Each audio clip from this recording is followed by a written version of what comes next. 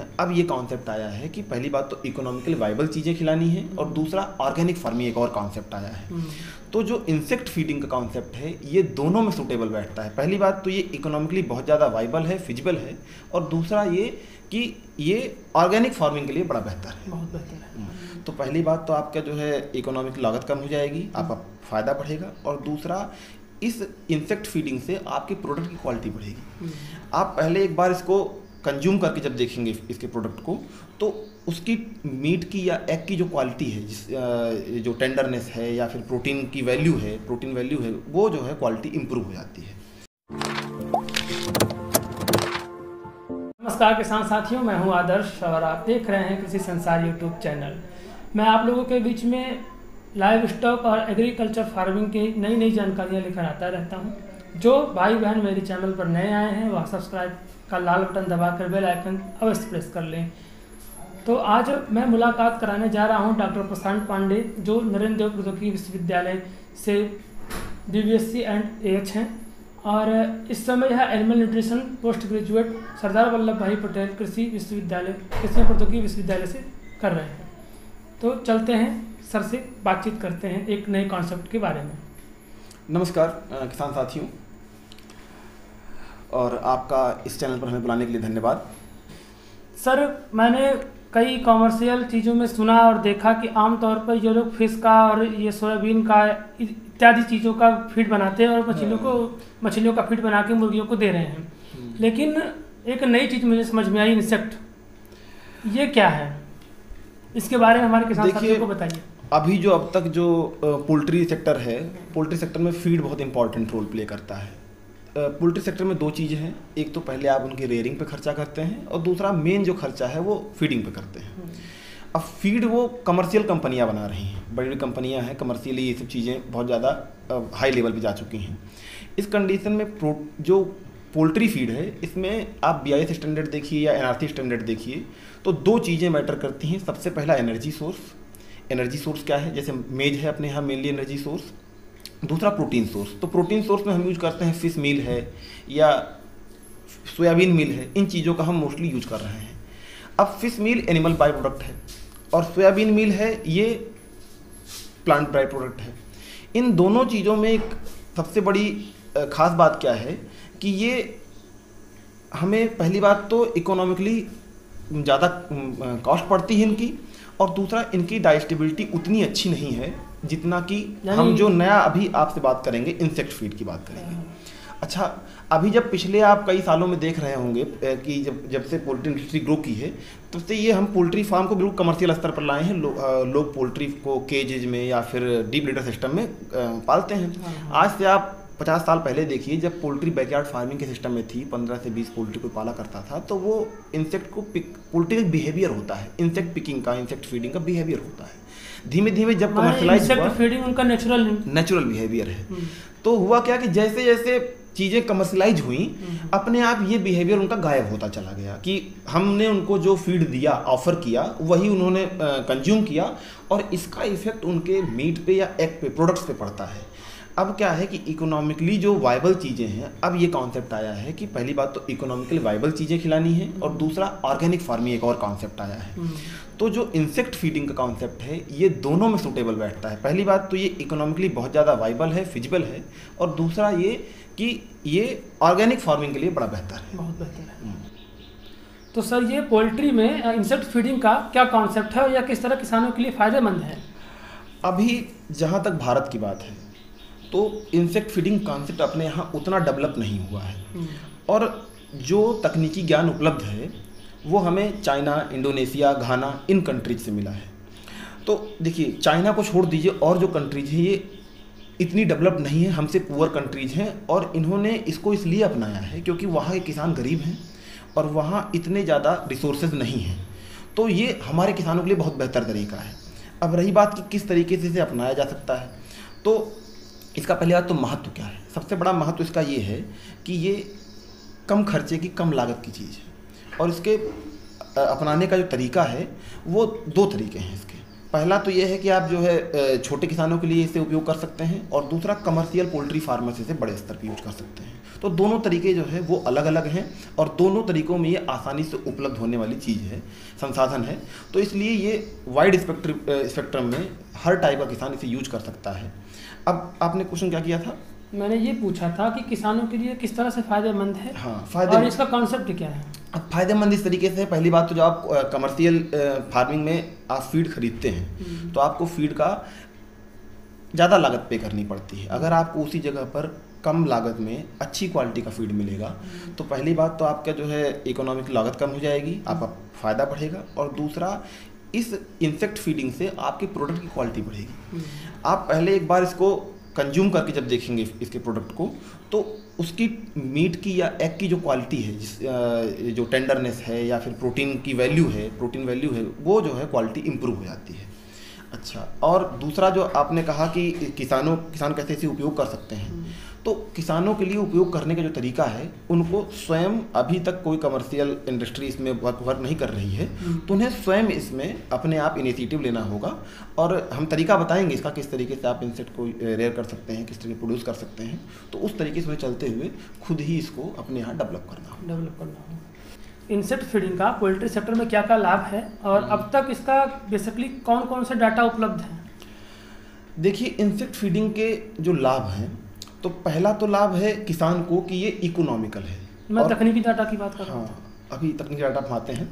तो दूसरा लाभ ये है कि ये इजीली अवेलेबल है। भारत ट्रॉपिकल कंट्री है, यहाँ temperature mostly through out the year, आप ठंड को छोड़ दीजिए तो 25 डिग्री से ऊपर रहता है। ह्यूमिडिटी ज़्यादा रहती है। अभी आप साउथ इंडिया जाइए तो लगातार ह्यूमिडिटी ज़्यादा रहती है। अच्छा, हमारे यहाँ इंसेक्ट का या मक्खियों का, जिनको आप मक्खी कहते हैं, इंसेक्ट मेनली अभी जो इंसेक्ट हैं, इन मक्खियों की बात हो रही है, तो ये थ्रू आउट ईयर लगभग 8 से 7 महीने आपको ईजिली जो है आपके सराउंडिंग में, ग्रामीण इलाकों में या फिर शहरों में अवेलेबल रहती हैं। तो अब इसका जो लाभ है वो ये है कि पहली बात तो आपको थ्रू आउट आपके इलाके में, आपके एरिया में मक्खियाँ अवेलेबल रहती हैं, आपको जो है ये इजीली अवेलेबल हो जाएगा, और दूसरा आपको इकोनॉमिकल लाभ मिलेगा। आप डाटा की बात करते हैं कि जो तकनीकी डाटा उपलब्ध है, अब तक भारत में जो काम हुआ है वो बहुत ज़्यादा रिसर्च सेंटरों में इस क्षेत्र में काम नहीं हुआ है, क्योंकि पोल्ट्री में जो रिसर्च हो रही है मोस्टली प्राइवेट इंडस्ट्रीज रिसर्च कर रही हैं, तो इन्होंने अभी इस पर ध्यान नहीं दिया है। लेकिन जो गरीब कंट्रीज हैं, घाना है, इंडोनेशिया है, भारत की तुलना में जो गरीब कंट्रीज हैं, उनमें इस पर काफ़ी वर्क हुआ है और वहाँ किसान इसे यूज भी कर रहे हैं। और चाइना मेनली डेवलपिंग कंट्री है, लेकिन काफ़ी हमसे आगे एडवांस है तकनीकी में, वो भी इसका बहुत अच्छे से यूज कर रहा है। तो जो तकनीकी डाटा है, हम आपको एक तकनीकी डाटा देते हैं इसका। ये मैं आपको इसकी प्रोटीन वैल्यू बताता हूँ। आप जो कमर्शियल पोल्ट्री फीड में यूज करते हैं प्रोटीन सोर्स, उसमें आप मेनली यूज करते हैं फिश मील। फिश मील में 61 से 77% प्रोटीन होती है। दूसरा आप यूज करते हैं सोयाबीन मील। सोयाबीन मील में 49 से 56% प्रोटीन होती है। लेकिन जब आप इंसेक्ट फीडिंग की बात करते हैं, तो अभी जो तकनीकी डाटा उपलब्ध है, इसमें 3 इंसेक्ट हैं। पहला है आप मस्का डोमेस्टिका, हाउस फ्लाई, जो आपके घरों में उपलब्ध होती है। दूसरा एक और है ब्लैक शोल्डर फ्लाई, बड़ी वाली। हाँ, और तीसरी है येलो मेलवर्म। तो जो मस्का डोमेस्टिका कॉमन हाउस फ्लाई है, इसमें प्रोटीन परसेंटेज है 43 से 68%। दूसरा जो आप बात करते हैं ब्लैक शोल्डर फ्लाई की, 35 से 57% प्रोटीन है। और तीसरा येलो मेलवर्म की, तो ये 44 से 69% प्रोटीन तो है। सर, मेरे दिमाग में ये आ रहा है, प्रोटीन वैल्यू तो फिश का ज़्यादा दिखाई पड़ रहा है और सोयाबीन का, तो हमें इंसेक्ट से फायदा कैसे होगा? हाँ, अब ये बात बहुत ही इंटरेस्टिंग है। जब आप किसी किसान को या फिर सामान्य इंसान को डाटा दिखाएंगे, तो उसको लगेगा नहीं कि तो काफ़ी ज़्यादा प्रोटीन वैल्यू है सोयाबीन में और इसमें भी। लेकिन जब आप देखिए कि इसकी डाइजेस्टिबिलिटी कितनी है, सोयाबीन और की डाइजेस्टिबिलिटी जो है वो बहुत कम है। सोयाबीन मिल्क की डाइजेस्टिबिलिटी ह्यूमन में भी, जितने भी मोनोगैस्ट्रिक एनिमल हैं, उनमें सोयाबीन की प्रोटीन की डाइजेस्टिबिलिटी बहुत कम है। और अभी आप कभी जिम जाने वाले जो भी लोग हैं उनमें देखिए, तो वो वे प्रोटीन यूज करते हैं। वे प्रोटीन में सोयाबीन मिल से कम प्रोटीन है, लेकिन उसकी डाइजेस्टिबिलिटी ज़्यादा है। ये इंटरेस्टिंग है। तो आप किसी चीज़ कंज्यूम करें, उसके बाद उसका इफेक्ट कितना हो शरीर पे, ये ज़रूरी है। अगर आप 100% प्रोटीन यूटिलाइज करते हैं, उसका 20% ही आपकी प्रोटीन बॉडी एब्जॉर्ब कर पाती है, तो उसका इफेक्टिव परफॉर्मेंस 20% ही आएगा। तो यहाँ जो इंसेक्ट फीड हैं, इनकी परसेंटेज आपको दिख रही है लो, लेकिन जो इनका डाइजेस्टिबिलिटी है या इफेक्टिव प्रोटीन यूटिलाइजेशन है वो फिश मील की तुलना में या फिर सोयाबीन मील की तुलना में ज़्यादा है, इसलिए ये फ़ायदेमंद रहते हैं। मतलब सामान्य टर्म में इजीली डाइजेस्टेबल मान लीजिए आप इन्हें। सर आप हमारे किसान साथियों को इंसेक्ट फीडिंग के तकनीकी पहलुओं के बारे में जानकारी दीजिए जिस पर हमारे किसान ध्यान दें और वह इस फीडिंग को कैसे अप्लाई कर सकते हैं अपने फार्म पर और कैसे कर सकते हैं। देखिए, पहली बात तो किसी भी किसान को इंसेक्ट फीडिंग अपनाने के लिए सबसे पहले तो उसे इनोवेटिव होना जरूरी है और नए आइडिया को यूज करने की क्षमता होनी चाहिए, सबसे बड़ी बात। दूसरी बात क्या है कि आपका पोल्ट्री फार्म किस जगह पे है। हाँ। ये देखिए आपके यहाँ टेम्परेचर कितना रहता है। Mostly through out country temperature अपने यहाँ लगभग ज़्यादा रहता है और ह्यूमिडिटी रहती है। आपके इलाके में मक्खियों की अवेलेबिलिटी इन सराउंडिंग में रहती है। अच्छा, आपको सबस्ट्रेट चाहिए। अब सबस्ट्रेट एक कठिन वर्ड है। सबस्ट्रेट मतलब कि जिस चीज़ पे आप मक्खियों को पालेंगे। यहाँ पर आप मक्खियों के उड़ते हुए मक्खियों की बात नहीं कर रहे हैं, मक्खियों के पालन की बात कर रहे हैं। तो आपको ऑर्गेनिक वेस्ट चाहिए, जैसे कि गाय भैंसों का मैन्योर हो सकता है, डंग हो सकता है, या किसी और भी पिग के डंग हो सकते हैं, और भी जानवरों का मैन्योर, किचन वेस्ट हो सकता है, या फिर आप जूस की दुकान पे जो जूस का निकालने के बाद जो छिलका निकलता है, ये चीज़ें जो ऑर्गेनिक वेस्ट जितने भी हैं इन पर मक्खियाँ बहुत अच्छा ग्रो करती हैं। ये इजीली अवेलेबल हैं और बहुत ही सस्ते सोर्स हैं जिन पे आप ग्रो करा सकते हैं। अगर ये सब चीज़ें नहीं अवेलेबल हैं या आप इनको नहीं यूज करना चाहते हैं तो आप मक्का, मेज का आटा जो भी है, या और भी जो फीड सोर्स है जिनको आप वेट करके और मक्खियों को अट्रैक्ट करने में यूज कर सकते हैं, उन चीज़ों का आप यूज कर सकते हैं। मेज का आटा हो गया, गेहूं का भी आटा हो गया। सबस्ट्रेट आप एज ए सबस्ट्रेट चाहे आप ऑर्गेनिक वेस्ट को यूज करिए, वहाँ पे इकोनॉमिकली आपको फ़ायदा होगा, सस्ते और इजीली अवेलेबल हो जाएंगे। आपके यहाँ फार्म में भी चीज़ें अवेलेबल रहती हैं। कई बार आपके घरों में भी किचन से वेस्ट निकलता है, उनको आप यूज कर सकते हैं। और नहीं तो आप, अगर आपके पास ऐसे सबस्ट्रेट नहीं यूज करना है या नहीं है मान लीजिए एक बार को, तो आप कमर्शियल स्तर पर आप मेज का फ्लोर यूज कर सकते हैं, मेज का आटा। अब इसके जो आपने कहा कि तकनीकी क्या है, तो तकनीकी सबसे पहले ये है कि इसको दो पार्ट में डिवाइड करिए। पहला पार्ट ये है कि आपको इंसेक्ट को रेयर करना है और दूसरा पार्ट इंसेक्ट को हार्वेस्ट करना है और फीड कराना है। तो इंसेक्ट रेयरिंग के लिए जो तकनीकी है, इसमें सबसे पहले आपको करना क्या होता है कि आपको सबस्ट्रेट को सूटेबल शेप या प्लेस देना होता है। उसके बाद आपको एक इन्वायरमेंट तैयार करना होता है कि फ्लाई आके वहाँ ग्रो करें और वहाँ पर लार्वा एग प्रोड्यूस करें, एग दें, ओविपोजिशन करें, जिससे आप लार्वा प्रोड्यूस कर सकें। और इंसेक्ट फीडिंग में इंसेक्ट नहीं फीड कराया जाता है, लार्वा और प्यूपा फीड कराया जाता है। ये सबसे बड़ी बात है, क्योंकि लार्वा और प्यूपा स्टेज में प्रोटीन सबसे ज़्यादा होता है। तो इसमें आपको पहले तो रेयर करना है इंसेक्ट और उसका लार्वा और प्यूपा स्टेज प्रोड्यूस करना है। और दूसरी सबसे बड़ा चैलेंज जो इसका है, सबसे बड़ा चैलेंज एक ये है कि इसकी चेन को मेंटेन करना। मतलब पूरी प्रक्रिया में आपको लगातार इंसेक्ट के नंबर्स को मेंटेन करना, ये सबसे बड़ी एक समस्या रहती है जो कि आपको ध्यान देनी होगी।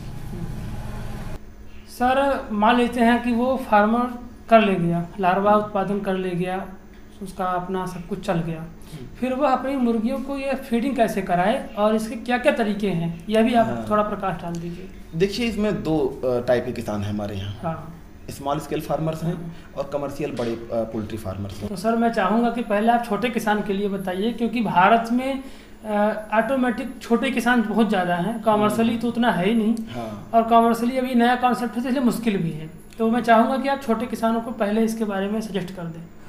देखिए, छोटे किसानों के लिए ही ये टेक्नोलॉजी ज़्यादा इम्पोर्टेंट भी है, क्योंकि ये इकोनॉमिक्स की बात है, तो छोटे किसानों ज़्यादा महत्वपूर्ण है। हाँ। अब जब हम बात करते हैं कि सबसे पहले जो आपने कहा कि लार्वा प्रोडक्शन कर लें, कैसे कर लें, तो अब तक जो हमने आपको जानकारी दी उसमें ये बताया ही नहीं है कहीं भी कि हम कैसे करें लार्वा प्रोडक्शन या कैसे कैसे हम इसको प्रोड्यूस करेंगे। तो सबसे पहले आपको बताऊंगा कि लार्वा कैसे प्रोड्यूस करना है, जो फीडिंग आपको लार्वा करानी है कैसे प्रोड्यूस करना है। तो सबसे पहले आपको तीन चीज़ें याद रखनी है। पहली बात तो आपके यहाँ सबस्ट्रेट, आप सबसे सबस्ट्रेट चुनिए जिस पे आपको इंसेक्ट को ग्रो कराना है। दूसरा, आप जगह चुनिए। तो जगह में ऐसा होता है, आपने गांव में देखा होगा, घरों में देखा होगा, मच्छरदानी देखी होगी, मॉस्किटो नेट। आप मॉस्किटो नेट का यूज कर सकते हैं।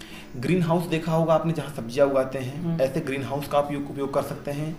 अच्छा, उसके बाद आप इंसेक्ट रेयरिंग केज, घरों में अलमारियाँ होती हैं जालीदार, पहले घरों में अलमारियाँ हुआ करती थी जालीदार।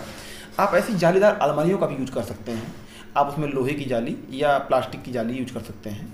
तो इनका आप एक स्ट्रक्चर बनाइए, बंद स्ट्रक्चर बनाइए।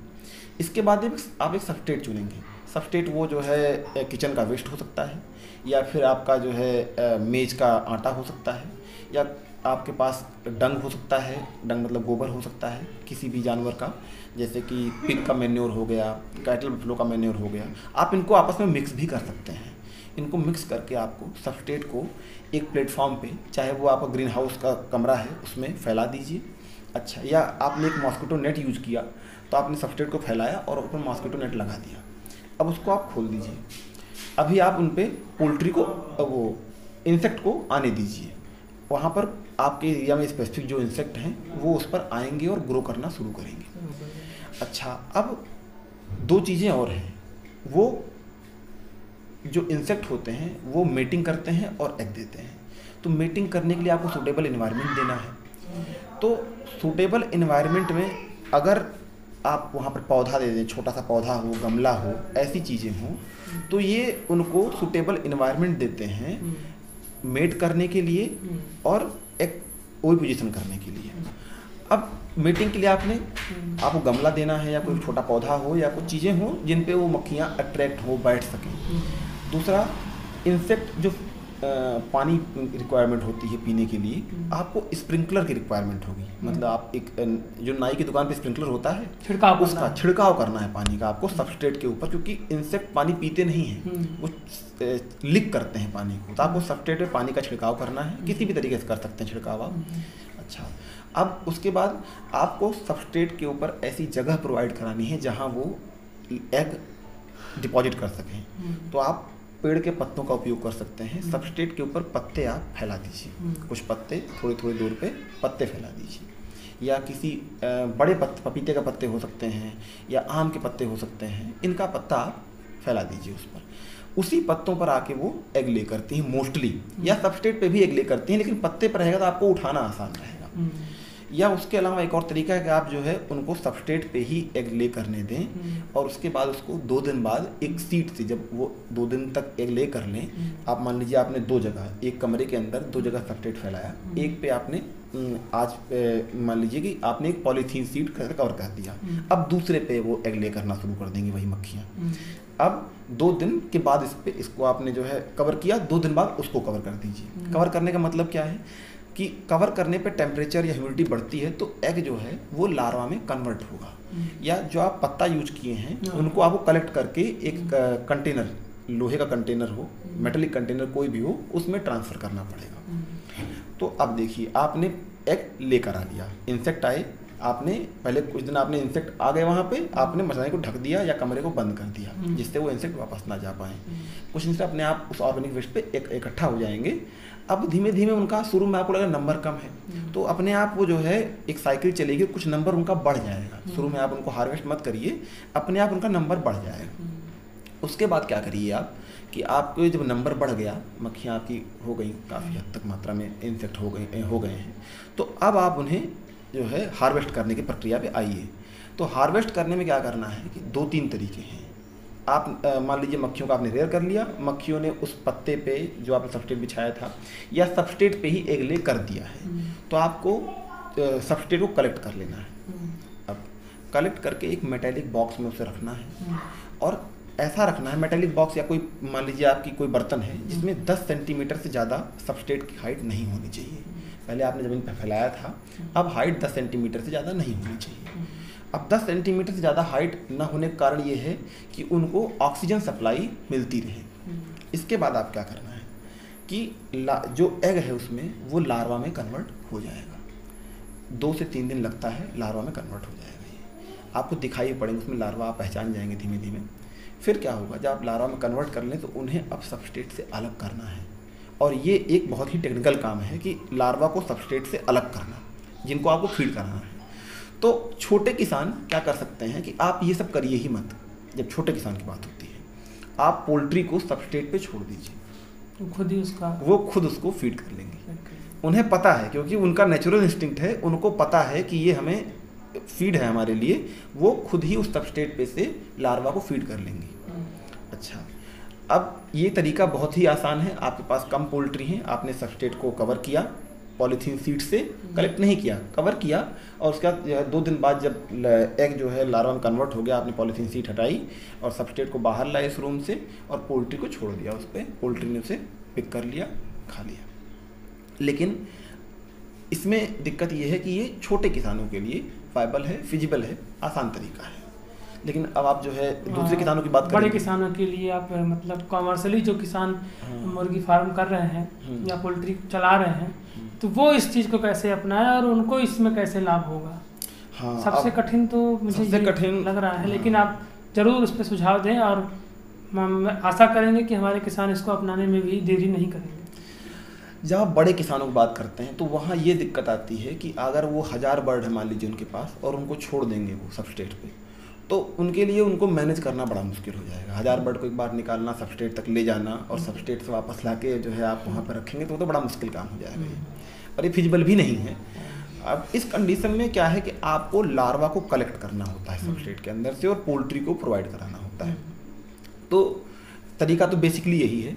बस आपको ये करना है कि लार्ज स्केल फार्मिंग में आप छोटी सी अलमारी जिसकी बात कर रहे थे वो नहीं यूज करेंगे अब, या आपको हम जो है ये सलाह नहीं देंगे कि आप मच्छरदानी के अंदर मॉस्किटो नेट के अंदर इसे ग्रो कराएं।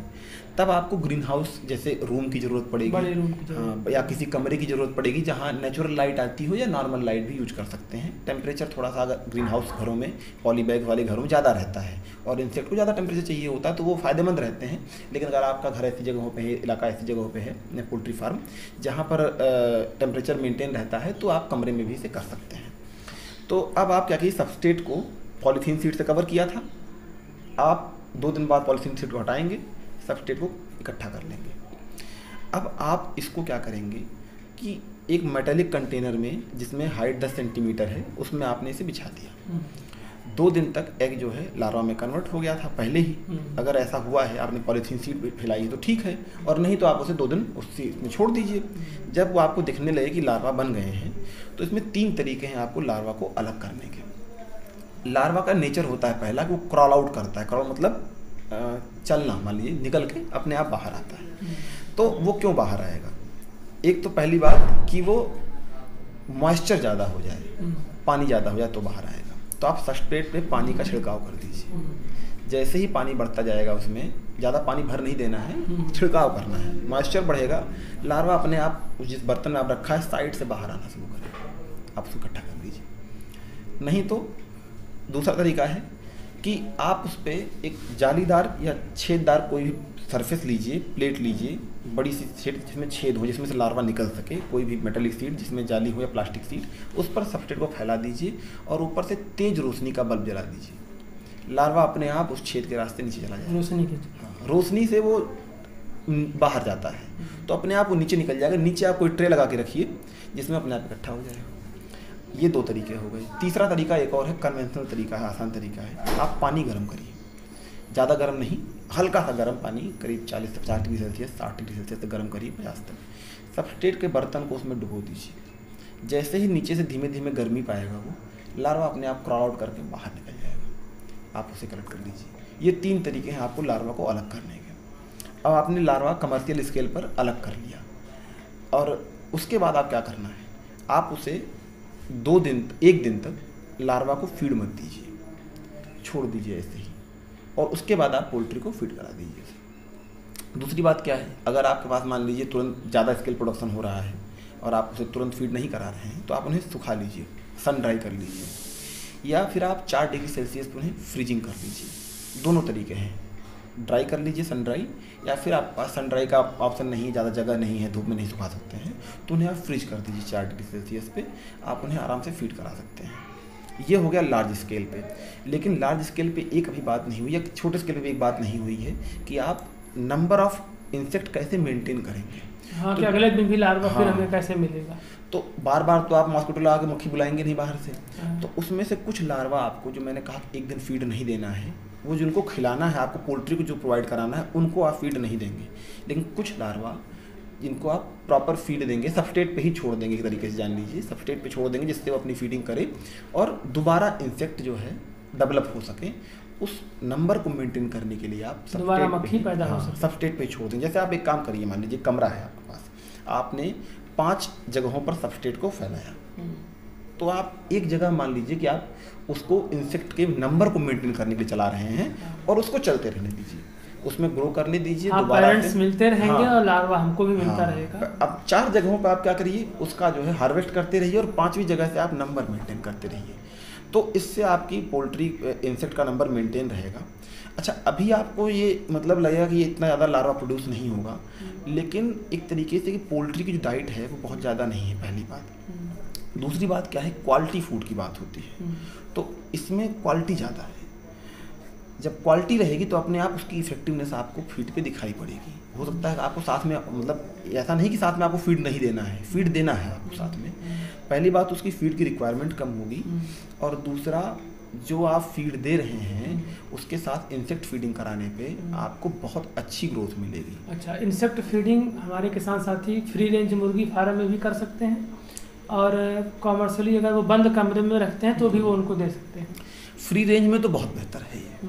फ्री रेंज पोल्ट्री फार्मिंग में जो मैंने आपको बताया कन्वेंशनल तरीका जो है कि उसमें किसान जो है वो एक सबस्ट्रेट बिछा दे और उसके ऊपर मान लीजिए आप मॉस्किटो नेट लगा दिए और इंसेक्ट आए और ग्रो किए, लार्वा बना, बाद में आपने हटा दिया, पोल्ट्री जाकर खुद पिक कर लिया। ये बहुत आसान है, क्योंकि फ्री रेंज में तो ये बहुत ही मतलब जान लीजिए नेचुरल इन्वायरमेंट है और ये होता रहा है पहले से होता रहा है। मेरा पूछने का आशय ये था कि जो किसान साथी पोल्ट्री फार्म फ्री रेंज में कर रहे हैं उनके लिए ये तकनीकी किस हद तक मायने रखती है? फ्री रेंज में बहुत ज़्यादा इफेक्टिव है, जो पहले से फ्री रेंज कर रहे हैं। हाँ, उनके लिए तो बहुत ज़्यादा इफेक्टिव है ये।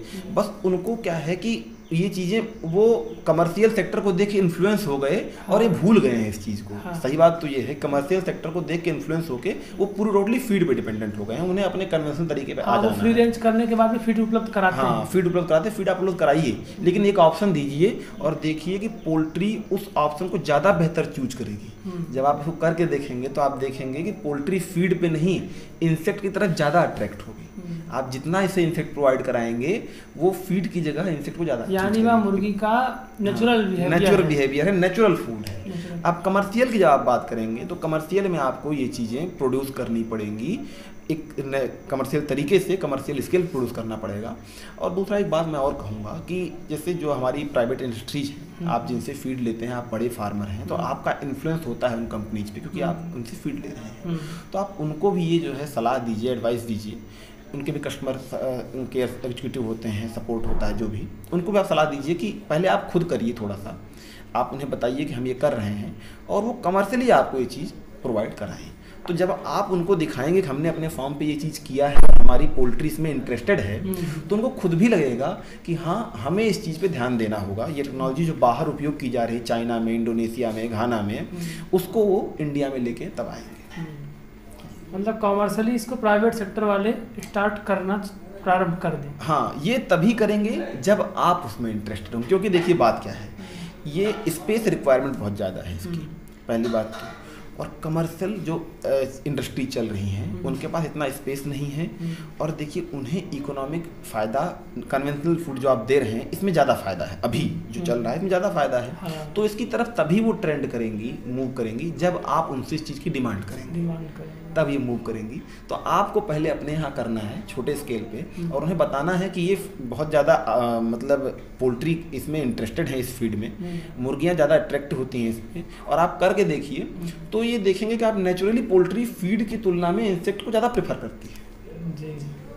तो सर, जैसा कि आपने इंसेक्ट फार्मिंग करके पोल्ट्री को फीड कराने की बात शुरू से लेकर अंत तक हमें बताई, लेकिन मैं जानता हूं कि अभी इंडिया में इतना ये बहुत छोटे तौर पर कोई करता होगा, शायद ही कोई करता होगा, अभी कोई नहीं कर रहा। लेकिन आप जो ये चीज़ नई चीज़ बता रहे हैं ये हमारे किसानों के लिए बहुत ही लाभप्रद है।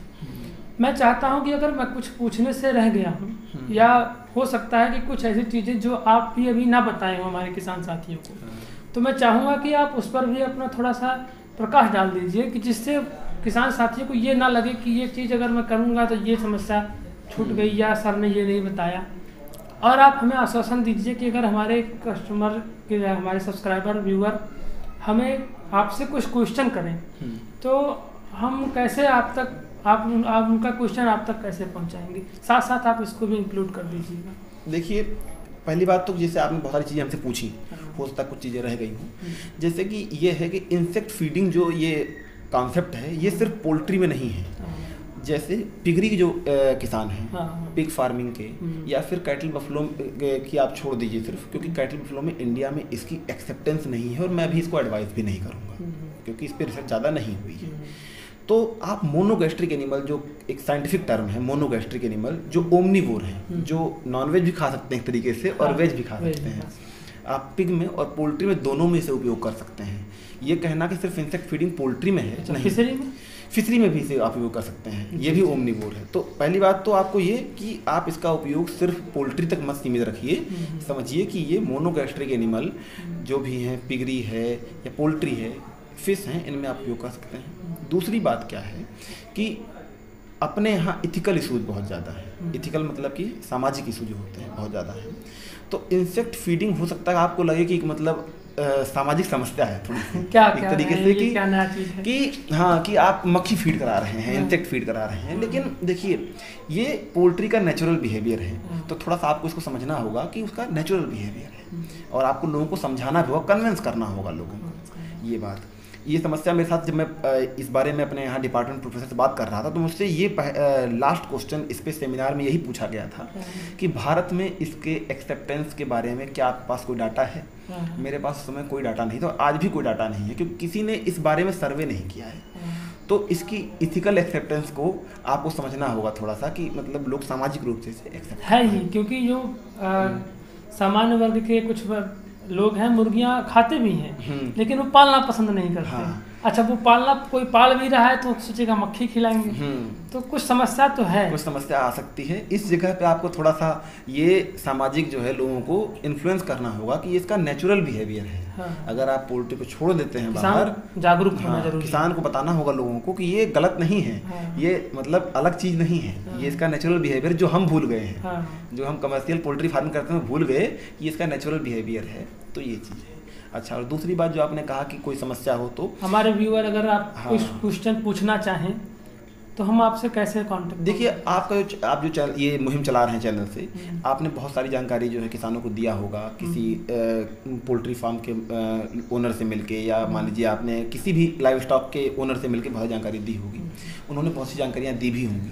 लेकिन कुछ चीज़ें होती हैं जो टेक्निकल नॉलेज है, जिसमें जैसे आपको मान लीजिए पोल्ट्री में है कि आपको मैनेजमेंट में कोई समस्या आ रही है, आपको फीडिंग में कोई डिजीज का आस्पेक्ट है, कोई टेक्निकल समस्या है अगर आपकी, तो वो आपसे पूछ सकते हैं। आपके चैनल के या आपके कॉन्टैक्ट नंबर के माध्यम से पूछेंगे तो मैं उसका उचित और सही समाधान जो भी होगा वो आपको प्रोवाइड कराऊंगा, या आपके चैनल के माध्यम से वीडियो बना के, या आप कमेंट सेक्शन में जो चीज़ें पूछेंगे वो आपसे, तो आप उनसे पूछिए और हम आपको जो है उसका सही समाधान देंगे, आप अपने व्यूवर्स तक आप स्वयं पहुंचा सकते हैं। तो सर, आपका बहुत बहुत धन्यवाद हमारे किसान साथियों को ये सबसे बड़ा आश्वासन देने के लिए कि कोई टेक्निकल समस्या हो तो वह आप मेरे माध्यम से आपसे डिस्कस कर सकता है। तो सर, आपका बहुत बहुत धन्यवाद।